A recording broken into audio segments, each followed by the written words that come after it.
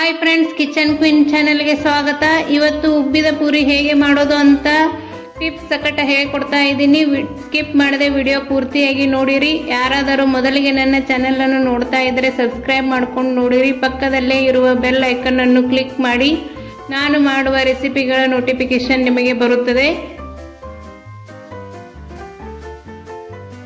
ಈಗ ಪೂರಿ ಹೇಗೆ ಮಾಡೋದು ಅಂತ ನೋಡ್ಕೊಳ್ಳೋಣ.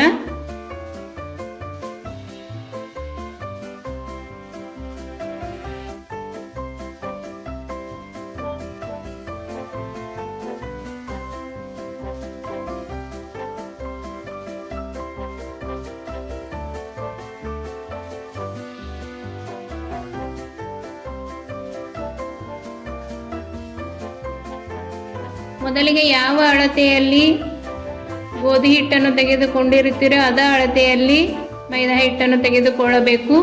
ಇಲ್ಲಿ ನಾನು ಅರ್ಧ ಗೋಧಿ ಹಿಟ್ಟು ಮತ್ತು ಅರ್ಧ ಮೈದಾ ಹಿಟ್ಟನ್ನು ಯೂಸ್ ಮಾಡ್ತಾ ಇದ್ದೀನಿ.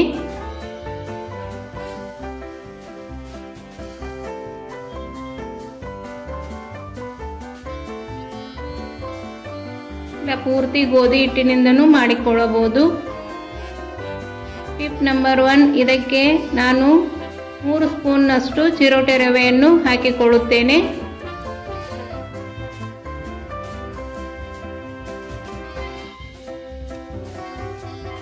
ಚಿರೋಟಿ ರವೆ ಹಾಕುವುದರಿಂದ ಪೂರಿ ಗರಿಗರಿಯಾಗಿ ತುಂಬ ಚೆನ್ನಾಗಿ ಬರುತ್ತವೆ. 1 ಚಿಟಿಕೆ ಉಪ್ಪನ್ನು ಹಾಕಿಕೊಂಡಿದ್ದೇನೆ.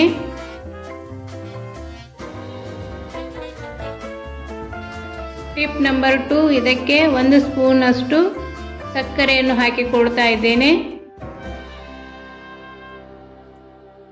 ಹಾಕಿ ಚೆನ್ನಾಗಿ ಮಿಕ್ಸ್ ಮಾಡಿಕೊಳ್ಳಬೇಕು. ಟಿಪ್ ನಂಬರ್ 3, ಎಣ್ಣೆಯನ್ನು ಖಡಕ್ಕಾಗಿ ಕಾಯಿಸಿಕೊಂಡು ಈ ಹಿಟ್ಟಿಗೆ ಹಾಕಿಕೊಳ್ಳಬೇಕು. ಎಣ್ಣೆ ಖಡಕ್ಕಾಗಿ ಕಾದಿರಬೇಕು.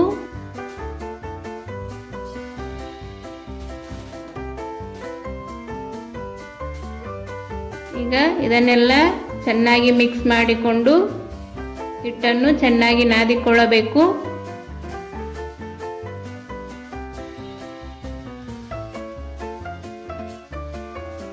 ಸ್ವಲ್ಪ ಸ್ವಲ್ಪನೇ ನೀರನ್ನು ಹಾಕುತ್ತಾ ಹಿಟ್ಟನ್ನು ಚೆನ್ನಾಗಿ ನಾದಿಕೊಳ್ಳಬೇಕು.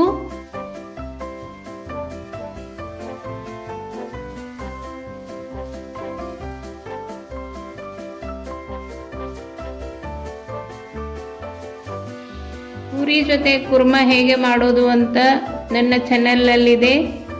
ಡಿಸ್ಕ್ರಿಪ್ಷನಲ್ಲಿ ಲಿಂಕ್ ಕೊಟ್ಟಿರುತ್ತೇನೆ, ಹೋಗಿ ಚೆಕ್ ಮಾಡಿ. ತರಕಾರಿ ಕುರ್ಮಾ ಹೇಗೆ ಮಾಡೋದು ಅಂತ ಹೇಳಿಕೊಟ್ಟಿದ್ದೇನೆ. ಈ ಹದಕ್ಕೆ ಹಿಟ್ಟು ನಾದಿಕೊಂಡರೆ ಸಾಕು. ಟಿಪ್ ನಂಬರ್ 4, ಒಂದು 10 ನಿಮಿಷ ನೆನೆಯಲು ಬಿಡಬೇಕು. 10 ನಿಮಿಷ ಆದ ತಕ್ಷಣ ಸ್ವಲ್ಪ ಆಯಿಲನ್ನು ಹಾಕಿಕೊಂಡು ಈ ರೀತಿ ಚೆನ್ನಾಗಿ ಮಿಕ್ಸ್ ಮಾಡಿಕೊಳ್ಳಬೇಕು.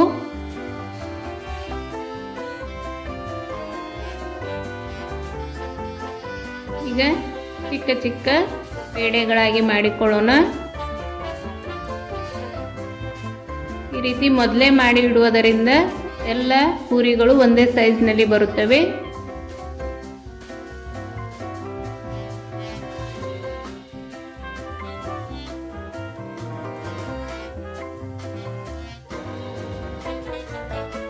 ಈಗ ಎಣ್ಣೆ ಬಿಸಿ ಮಾಡಲು ಇಟ್ಟುಕೊಳ್ಳೋಣ. ಈ ರೀತಿ ಹಿಟ್ಟಿಗೆ ಸ್ವಲ್ಪ ಆಯಿಲನ್ನು ಹಚ್ಚಿಕೊಂಡು ಇದನ್ನು ಪೂರಿ ಸೇಪಿಗೆ ಲಟ್ಟಿಸಿಕೊಳ್ಳಬೇಕು.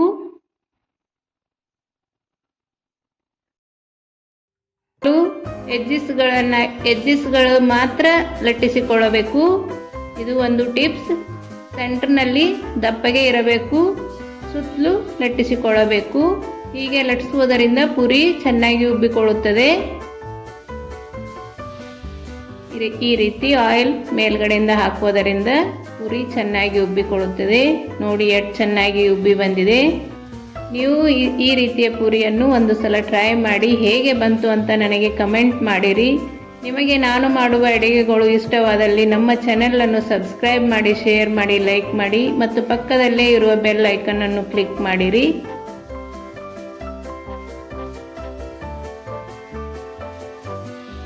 ನೋಡಿ ಎಷ್ಟು ಚೆನ್ನಾಗಿ ಪೂರಿ ಉಬ್ಕೊಂಡು ಬಂದಿದೆ ಅಂತ.